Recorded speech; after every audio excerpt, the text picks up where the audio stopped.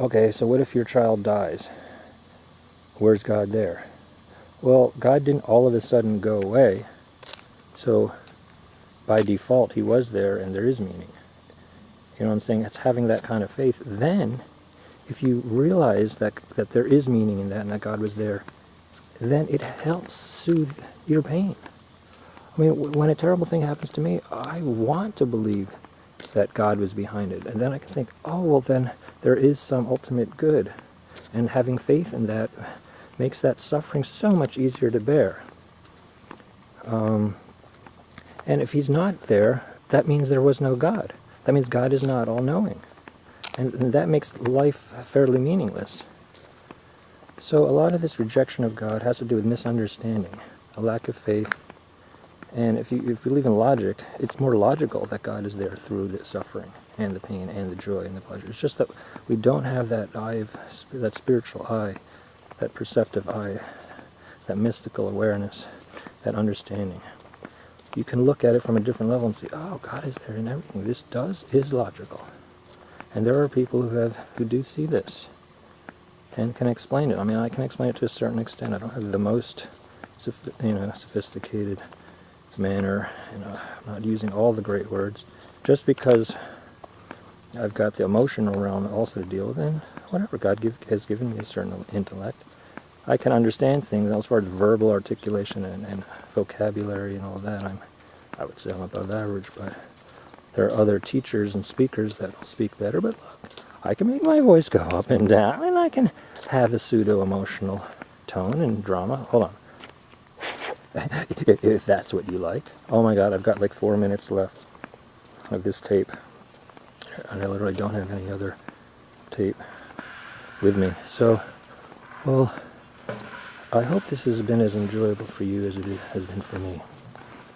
I hope you've gained some understanding of the spiritual realm and of the meaning of life, and of how you can improve your life to make it conform more to ultimate reality, and that we can bond together in this knowing and this love and this understanding, and have more joy and peace and compassion and unity and brotherhood, and spread the faith and the teachings. And this is what life is. This is the beauty and joy and happiness of life, is the flow of the Spirit, is the evolutionary flow, touching that evolutionary impulse and that fire of the love of God, and the knowledge and wisdom, and exercise all your faculties, your intellect, your emotions, and purify them all, and roll with the punches of the tests in life, and see how they're all from God, and unfold and keep on unfolding. You never end.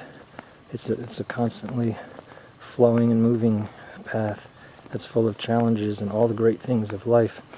But with God there, and with greater understanding, there's a bond and a unity with people on the deepest level. And don't forget, we have to understand that each level that we're on is limited relative to the higher. So that brings humility, that brings a challenge, that brings movement. We all want that. We all need that. We all can have new life. Every word that proceedeth out of the mouth of God is endowed with such potency as can instill new life into every human frame. So we can have that at every moment. Every moment is new because there's a realm deeper than our perception. There's a realm deeper than our old patterns. We can break out at any moment and know that there's an infinite loving God, all-knowing, way higher than our knowledge. And we can suck on the breast of God's love and wisdom as little children and humble ourselves, while we can still have nobility, because we're His creature. There's no shame in this. There's no shame. There's no reducing, devaluing the human. No, the human is raised up as the beautiful creature of God, just as is every creature, every created thing reflects His beauty. When we have that, we're never lowered. We're never less than. We can be greater, we can be a taller person, we can have an intellect that grasps concepts more, but that doesn't mean we're a better person or less than if we don't have those things, or if we're not good looking or successful. We can have love, we can see people with their different qualities, their different abilities, and utilize the different abilities, and we can exult in others' abilities as we all help each other. We don't need to have envy. We all have something that someone else doesn't have, and vice versa. There's no reason to be competitive and envious. As a matter of fact, the competition can be friendly. We can understand it in the context of love. So try to remember these things, and let's stay in touch and continue to investigate these things in a community of faith. Faith in a loving God. And the Baha'i writings, I believe, are the best representation of His Word. It's the latest, Baha'u'llah is the latest manifestation of God, messenger of God. And my nose is running. I wonder if I should be videotaping myself. Well, no, it's a little bit too late now.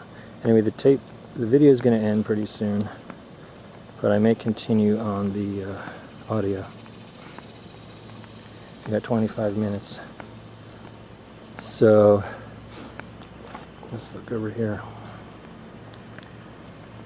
So, it's for all the people who are watching on the video, signing out in a couple minutes, and then I'm going to have to blow my nose. Getting a lot of allergies down here. So I did go into a nice world of communion. I don't even necessarily think I should leave, but I'll just show you me for a second.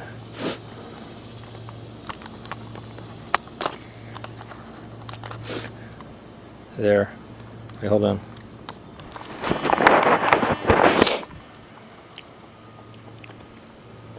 Hey, wow, maybe I should have done it like this. It's a little too late now, isn't it? Hey, so, man, maybe I should have done it like that. I don't know. No, maybe it's better to see the nature than to see me. Right? For me it is. I don't need to see my face. Well, anyway, you get an idea of the kind of person that's talking. Yeah, my nose is running, sorry about that, but there I am, talking about the spiritual stuff, the physical body. Everyone looks at the physical body and sees that as real, and because that's what they know. But if you can just look deeper, you do have to break down a lot of barriers in order to perceive the spiritual. It's not that easy.